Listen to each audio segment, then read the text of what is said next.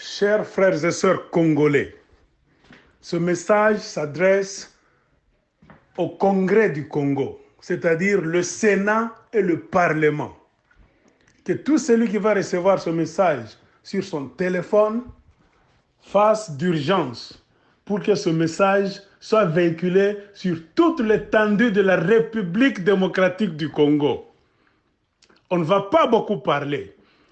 C'est à propos des armées que Félix Tshisekedi a accepté, dans sa faiblesse et son ignorance du jeu international qui est en train d'être joué aujourd'hui, pour que ces armées-là puissent entrer au Congo, créant une raison, mais en dessous, ils ont d'autres agendas.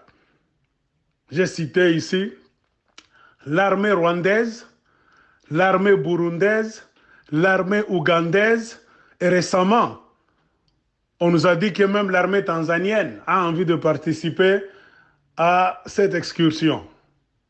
Nous disons ceci. Vous, Congolais, parlementaires, sénateurs, vous devez vous soulever, vous devez vous lever et dire non à cette histoire. Cher peuple congolais, partout où vous êtes, que ce soit en province, que ce soit dans la capitale, rendez-vous vers le Parlement, le palais de la nation, palais du peuple, partout où ces gens-là se réunissent.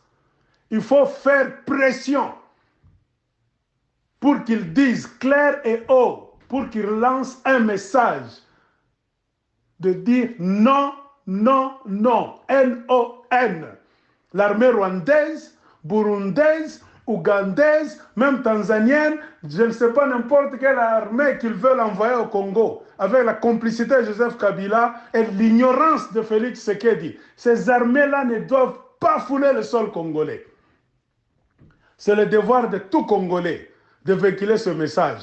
Il faut faire pression à ces parlementaires-là, faire pression aux sénateurs, au besoin les enfermer dans leur hémicycle là-bas. S'ils jouent, il faut les brûler là-bas. S'ils n'acceptent pas la parole du peuple. Car Dieu, partout on dit que la voix du peuple, c'est la voix de Dieu. On ne peut pas accepter que ces armées-là entrent au Congo. Oh, les forces négatives. Quelles forces négatives y a-t-il au Congo? Il n'y a pas de forces négatives. Toutes les forces qui ont commencé à envahir le Congo, prendre nos terres, tuer nos frères et sœurs, piller nos richesses, ce sont les forces créées par Paul Kagame et Museveni. Ce sont les forces de certains Burundais.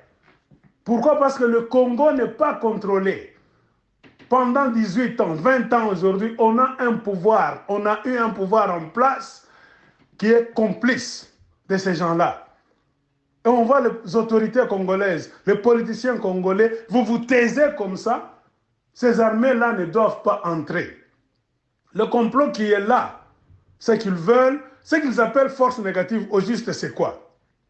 Ce sont les groupes d'autodéfense populaire, composés des Congolais, villageois, dans l'est du Congo, qui ont commencé à se réorganiser pour récupérer leurs terres, pour défendre leur communauté.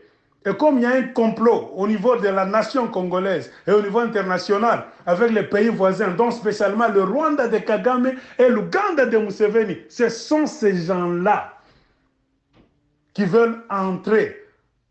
Donc, pour anéantir les groupes d'autodéfense congolais qui sont en train de défendre le territoire congolais. Nous n'accepterons jamais que même un centimètre, même un millimètre carré de notre territoire soit pris par les étrangers. Ça, c'est un plan. Je ne sais pas comment est-ce que les politiciens congolais raisonnent. Comment est-ce que Félix Tshisekedi est allé s'asseoir pour signer des documents qu'il ne sait pas lire? Il n'a pas de conseiller. Ça fait combien de temps? Kagame a toujours entré au Congo. Kagame entre au Congo chaque fois. Il envoie ses armées. Il a créé des milices. Il a créé des groupes armés. Les M23, les tout ça, on peut les citer là-bas des dizaines. Les ADF Nalu là-bas, les Ougandais. Mais c'est le groupe armé de Museveni. Parce que les gens qui sont supposés être des rebelles, ils n'ont jamais attaqué l'Ouganda.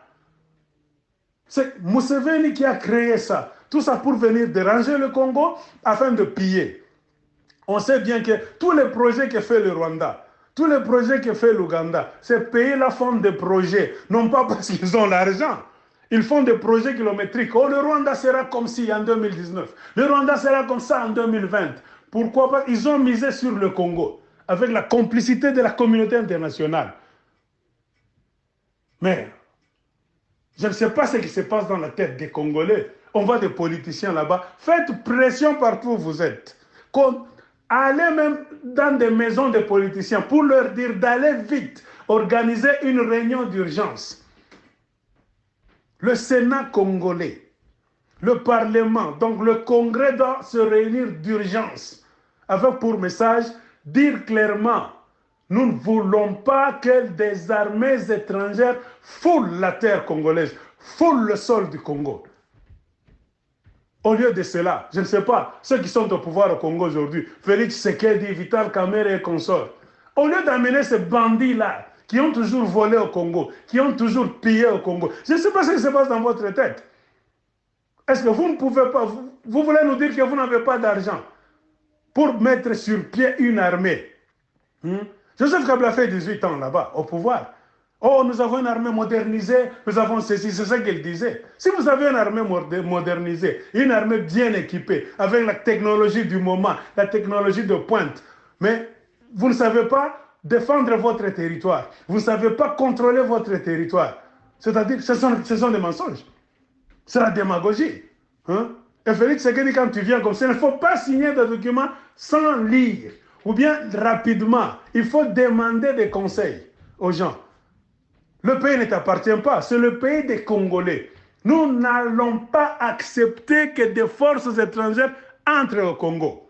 Que tout celui qui va recevoir ce message, toutes les provinces du Congo, partagez et allez faire pression à vos députés provinciaux et nationaux, qu'ils se réunissent d'urgence, que tous sortent avec une déclaration. Non, non, non aux troupes étrangères sur le territoire congolais.